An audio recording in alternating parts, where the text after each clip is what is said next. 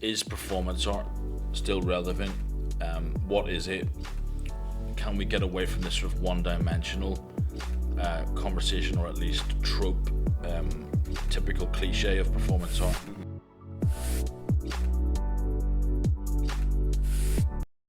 All right, yo, what's up, everybody? Welcome back to our podcast. This is episode 2. So stoked to be here with Dr.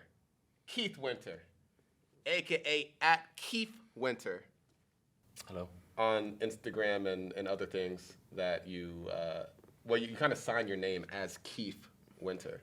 When I first met you, I thought your name was actually Keef. Then I realized your name is actually Dr. KW. Yeah.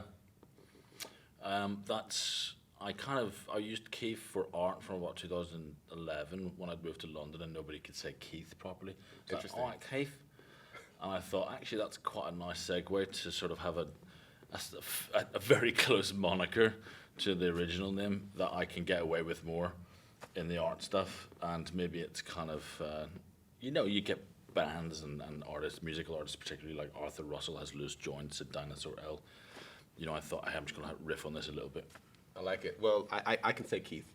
You can say whatever you want. Okay. So do you like the winter? Is that your favorite season? Good question. No, I do like the summer, but I'm cold winter, and so it would make sense if I said yes. Yeah, but I like the sun. I've got to be honest. I understood holidays more later in life when people just go away for 2 weeks to get burned and crisp up and just generally kind of be debaucherous and be lazy. So for that, I look forward to that when the sun comes. Yeah. You also look well hydrated. You look like sweating is good. I'd be honest. That's funny. Some people don't. My most expensive vice now, being in my middle age, is buying.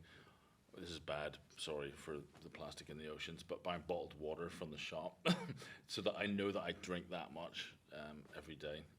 But I need to figure out how to recycle that plastic, of course. I hear you. But I think hydration is key. Hydration is key. I think some people they don't hydrate enough, Absolutely, and then they get these sort of strange lumps in their body, and they're retaining water, apparently. Okay. Fact. You just made that up. No, I think it's true. You think it's true? Yeah. Well, I don't know. People who don't drink much water, the body has to try and keep some from whatever liquid's going in. So yeah, I don't know. I'm not a scientist. But you are a doctor. I'm a doctor. I'm a doctor of something that's probably not that useful. Yeah. Like what? I'm a doctor in specifically philosophy, which I think was the name on the certificate. I did do my sort of DIY thread through philosophy, particularly like the Germans, not so keen on the French in terms of philosophers, but the subject area was really about architecture, the built environment, types of spaces. I started to categorize spaces that led into sculpture, and if you came across a peculiar space, if you had to extract something from that, what would be the piece or the item or the object that you would take from that? And then can you explore that in a gallery by either repurposing it or taking the actual thing and analyzing it? What makes this thing potent? Why is it telling us something about our built environment? And then in turn, how does our built environment affect us? I suppose that would be a sort of freestyling pitch on my subject area for my PhD. Very interesting. Yeah, absolutely. And then what are you doing, with that being your practice, right, and kind of philosophizing about these built spaces and stuff. And one thing you've done quite well here at UEL is create a real sense of culture and community, and I think that's something that we admire you for. And I feel like that also goes into your practice, too. So not just crafting physical spaces, but crafting these kind of maybe, cultural spaces as well. So how do you see your practice here at UEL with the students, kind of as an academic and as a teacher? I think it's really important to create a buzz and a hype. And I've been involved in some things in my life that, whether by accident or deliberately, created that kind of buzz or hype. One of the first ones for me was a bit odd, but it was growing up with my dad as the preacher in a sort of evangelical Pentecostal American style charismatic church. So I understood and went through the ranks of sort of being the acetate boy that bought the words on the overhead projector with my team, through to being told to get learning drums to help the guy who was playing the songs in the strange leisure centre cafe where the church was held every Sunday. So I suppose, moving on from that quickly, fast forwarding through my life, with things like that, with understanding kind of congregations of people or groupings of people where they experience real community and they feel included and they feel like that's a place they can belong. That was quite important. Leading through perhaps then to things like art, building a project space in Belfast in my Victorian house at that time in about 2008 to 2011. There's a space we called it Delawab, which was a sort of accidental whisper we saw on a TV one time. But that became this kind of place where music and art could connect. We even had a room dedicated. It was a cheap rent at that time in Belfast. We had a white cube little bedroom that we gave over to artists who wanted to come and stay in there and do a residency. Cool. And I suppose there was different commitment levels at different points through to, running parties and having 300 people in your house with bands playing between Belfast and Dublin, or bands on tour used to quite often come and do after parties there, through to actually having like dinners and conversation. And suppose when I came to UEL about 7 years ago, I could see that the infrastructure was there, but there was all this potential perhaps for different disciplines to come together and to celebrate that. And that's where physical space, I think we now have physical space in our architecture and visual arts building. Physical space is connected. We've got a gallery, we've got workshops, we've got a great sort of lecture hall, and then a nice outdoor courtyard. And when those spaces actually connect quite well together, you've got the recipe and the ingredients for the social architecture functioning well. Yeah. So if you run a tight program and you can move between spaces, and it's been well publicized and it looks good and you've got great content, then there's no reason why that sense of culture and community can't thrive. Hey, listen, man, you're an artist. Are you? No, I know you're an artist, right? But you've been doing a lot of like really interesting work. I think recently, over the Christmas holiday, you were in Mexico.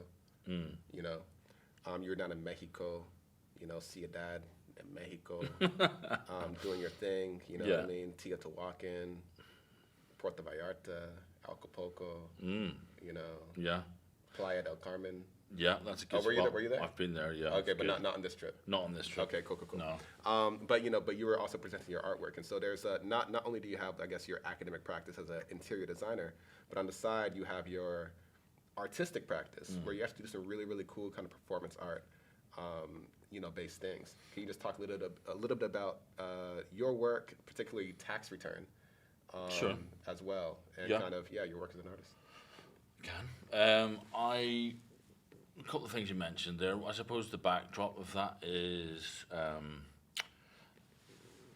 rewinding to this drumming thing. Yeah. So dad, probably the first dad ever to buy their son a drum kit, and let the noise ensue after that. I was interested when I was getting into sculpture and trying to understand materiality as object form that might have some energy inherent or attached or even given to it.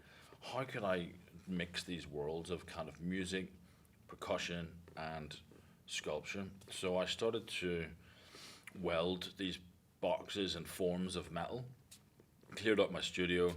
Funny enough, had a couple of mics a bit like this, miking up the room, a couple of octaves for any mic freaks out there, and recorded the sound of the production processes. So, welding, sanding, angle grinding, whatever it is, cutting, chopping up metal. But also then I started to listen to like old acid house tracks, like Adonis, No Way Back or something like that, classic acid house track from late 80s.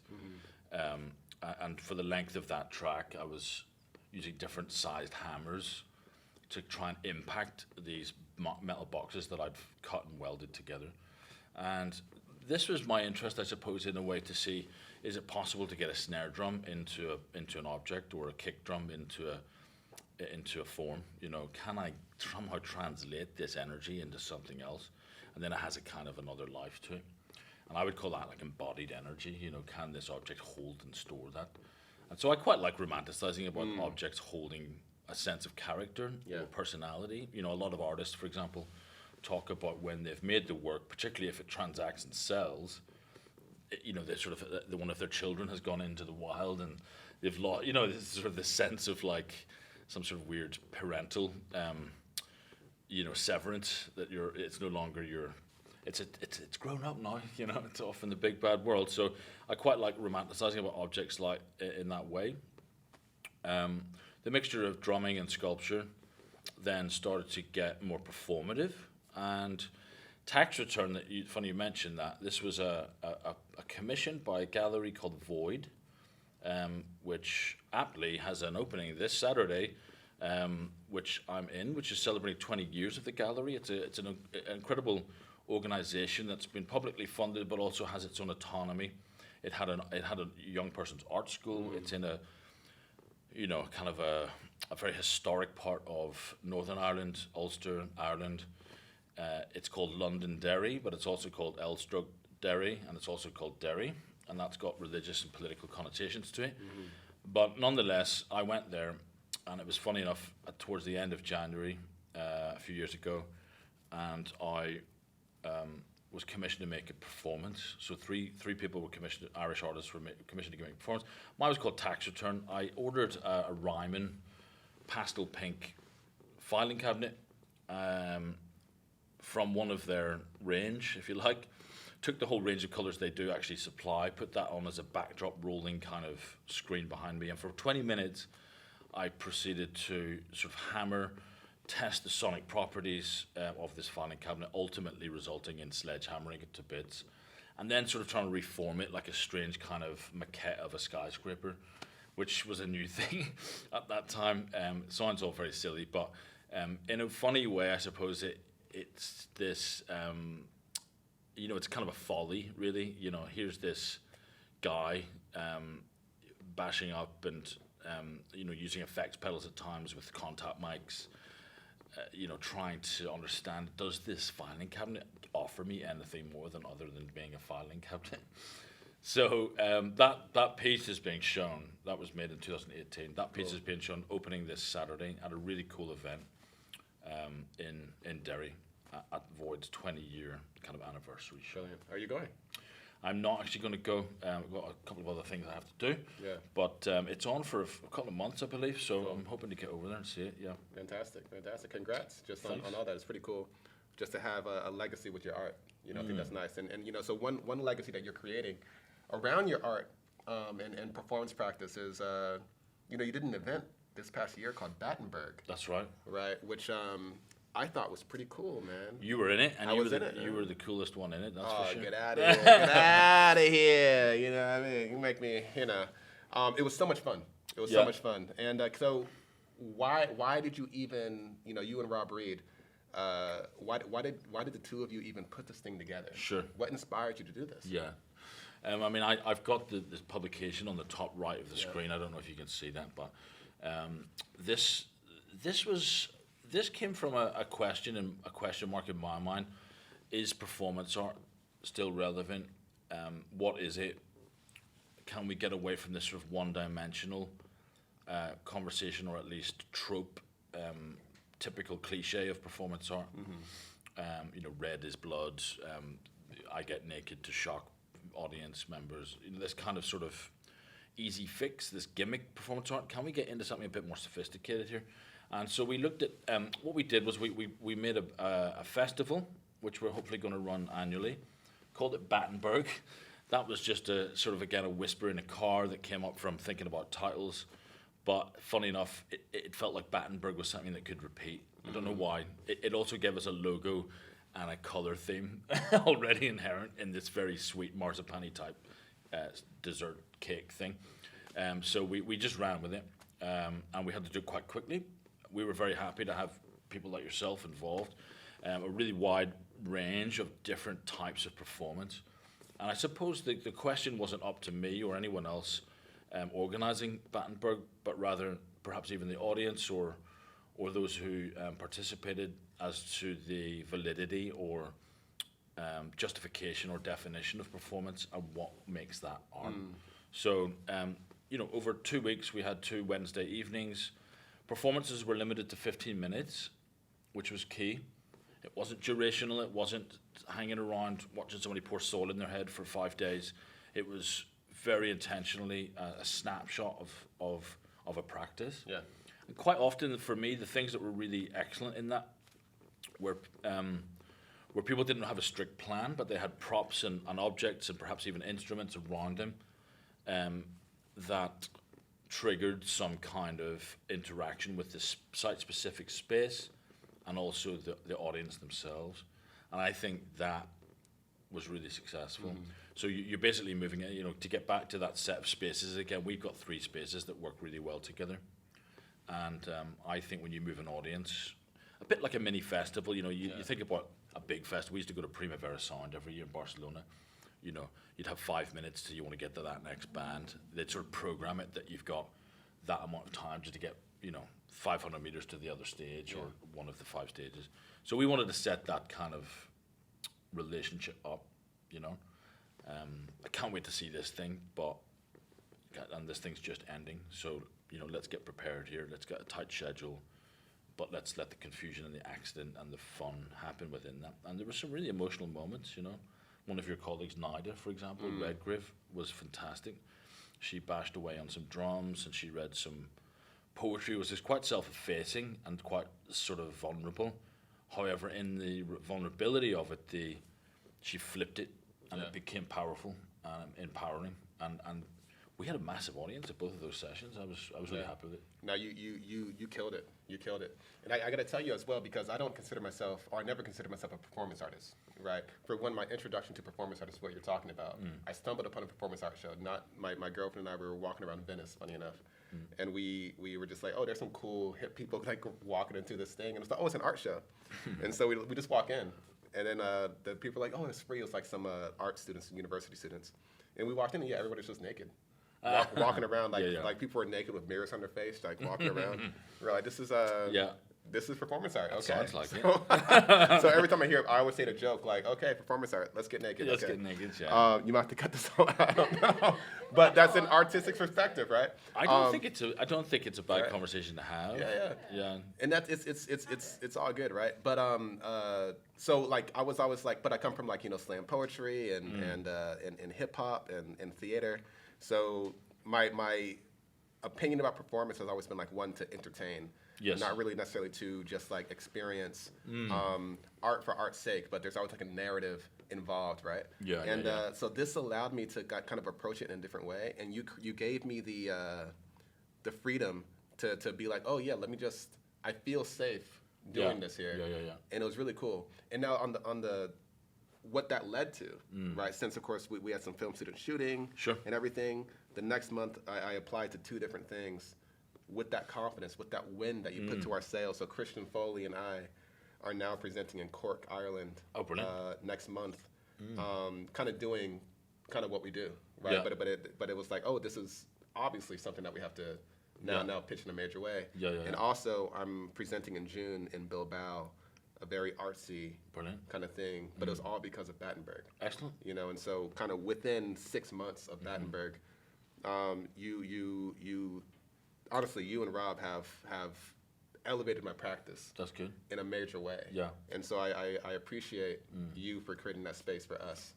I think one thing to mention maybe that's worth noting is at the beginning of each of those days, we had a really strong student led, or at least student attended panel where I think what we're trying to do, and you were part of this in one of the panels, which is why it's relevant, is we're trying to turn around the classroom. So it's not so much, again, sorry for all the church references, but like clergy laity, 90% of what you're going to hear is from one person at the front. This doesn't work anymore for me. And I think in terms of teaching but also inclusivity, when you turn that around, and we had some couches, didn't we, for those panels, and we had 4 microphones. Yeah. I mean, basic infrastructure, but that gave students the ownership and the confidence to be part of that conversation. And no question's a bad question. So that, I put up a couple of Wikipedia, terrible, research advice, but actually the 2 Wikipedia pages on conceptual art and performance art are fantastic kind of canon reflections on the history of both of those art forms. And so we just put those up on the screen and we talked about them. I mean, it was in my business then to know the canon of performance art going all the way through the 20th century, just to make sure I was well rehearsed on it, because we did have some heavy hitters there who brought the dialogue. Yeah.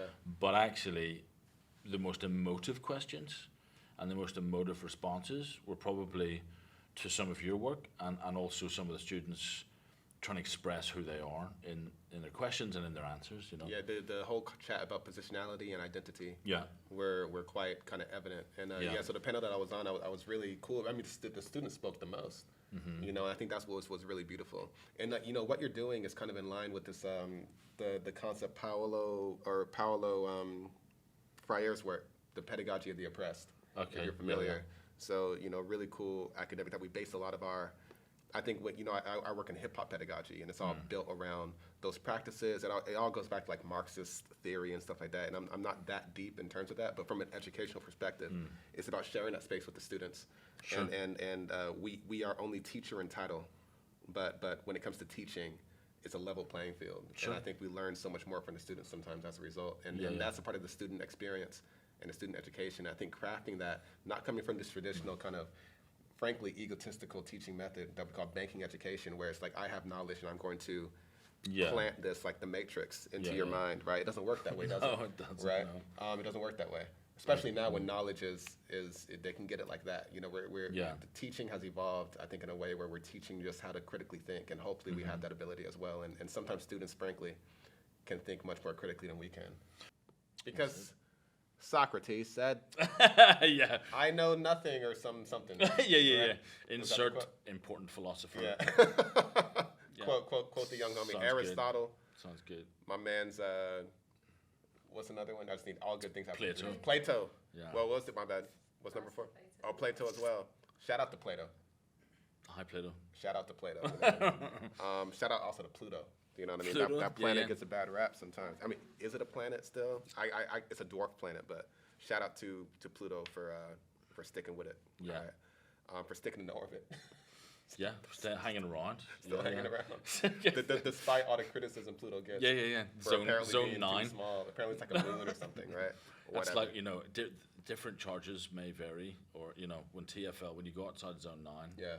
there's going to be Like, different is it charges still to London? Pluto. You Do you know know what what I Still mean? London. Is this still our solar system? Yeah, exactly. What's even on it? No doubt.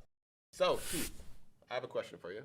This is our question of the week. Yeah. What tools do young people need to make an impact in the visual arts world? Well, funny enough, I wrote that question, and Lovely. I don't know the answer, and I'm very honest about that. This came from, this is a nice little plug for another thing. Yeah. The other thing you can see up here, it says Detour Ahead, 2024, and this was about 3 weeks ago. I had 15 talks, 15 posters. They're all in this little thing. We'll get them online for anyone who's thinking about UEL, so you can have a think about UEL and what we do here. Detour Ahead was the how-to symposium. It's a thing I've inherited running the visual arts now in UEL and in the AVA building, which is architecture and visual arts. I was a bit skeptical of it last year, but last year was the first time I organised it, and it was really good. It was emotional. It was all the things we've talked about. It was cultural. It was community-focused.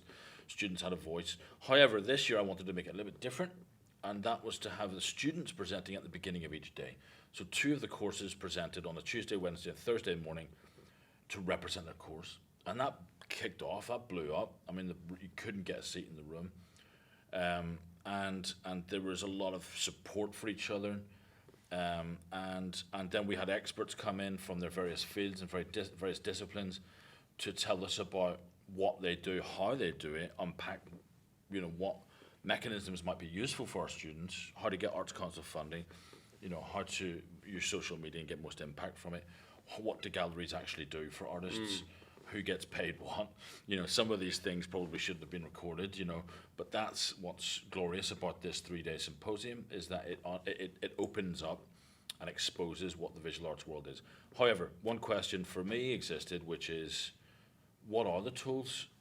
What is the currency, and what do young people really need or want to make any kind of meaningful impact in a visual arts world? And that could be visual arts plus, you know, it could be like you guys in film, it could be looking towards design practices as well. It could be in music, which is obviously the highest form of art for any musicians out there. You know, what tools are required and what attitude perhaps as well. I don't have the answers to that, so please subscribe to this channel and get your answers in the comments if the comments haven't been disabled, which hopefully they haven't. I have a feeling that, you know, I'm a generation beyond at least now, you know, and when I was looking around the Detour Ahead crowd and I was carrying microphones around for, again, loads of students wanting to ask questions, wanting to make emotional comments, wanting to share their experience. You know, we even had, you know, we had Jeremy Deller last week, which was cool. Big shout out to Jeremy for coming in. The week before we had Jo Parker, who's an integrated art therapist. Yeah. So she runs these Jungian sand trays where you can put objects in sort of sand and blue color to represent water to understand your psychology. There's very emotional conversations happening around art, but I wasn't sure what the tools are, what young people might need, and that was apparent to me when I was looking around the room in this sort of highly digital, very fickle, sort of strange world we live in now. You know, do I know the signifiers and the devices that are required? And so it's an open question. I'm sorry I don't have an answer to it, but okay. I think it's a good question to understand how we can facilitate Of course. that. How can and what does it mean to have impact in the visual arts world? Does everyone still want to be famous? You know, does everyone still want to be special? Or have we got to some other kind of society now where people respect each other and don't always need to grab the microphone or don't always have to have their faces seen or whatever it is, you know? Or how do we equal the playing field with visibility? How can good content come through? Yeah. And maybe on that note, one thing I would advise is that, you know, and you're going to hear this from everyone, but hard work does pay off. You know, we always tell our students we have no favorites, only the ones who work hard, you know, and so our favorites are always the hardest working. So even when you don't feel like it, try and set up a funny little pyramid of work for yourself where this is the thing you're trying to avoid. You know, let's say it's housework. I really hate hoovering. I don't want to do that. So I go down to the next level. I do some dishes or I stick some laundry in the machine. I feel a bit better about it. At some point, you're going to come back. You're going to do that hoovering. I think it's the same way for creatives. You know, I've got this thing I need to write, or I've got this painting I've been avoiding, or I've got this editing process I've got to do. I've got a deadline for it, but my inbuilt clock hasn't forced me to do it yet. You know, try and take a step in to something else, but keep being productive. That's my advice. Productivity. Fantastic. Yeah, I like that. Yeah, that's the way. I mean, it's not immediate. Impact usually isn't immediate. That's true. Right? That's very Impact true. by definition, yes, that is. But when we talk about people actually being impactful, it's over time. Absolutely. You know, so it's like if you just poke something, right? If I keep poking my hand, It'll eventually have impact. maybe in Your 3 hand will be years, sort- it'll bruise eventually, right? Yeah. You know, I think so. I'll get tired in time. Yeah. But that's such a weird. I don't know why. That's next episode. Yeah. Yeah, we're just gonna do this. 30 minutes of By the way, Julian this is called the new symbol of the podcast. of the podcast. Nice. You're an expert in this game, Keith. You know. Are we still going? Yeah, just for a moment, because I want to know your trade secrets. Trade secrets. I think try as many things as you can. I've always been a firm believer in, you know, try something and experience something so that you understand it. That's how my understanding works. I know that that's not the same for everyone. However, I don't regret that much. And I do think that in terms of creativity and production, like I was mentioning before, if you turn your hand to something that you are not necessarily an expert at, that can sometimes yield interesting and accidentally positive results. So, for example, some of my favorite bands that I've watched over the years have been, you know, the guitarist might have taken a sidestep to the keyboard, and the keyboardist went onto the drum kit, and then the drummer went and became this front singer, you know, male or female.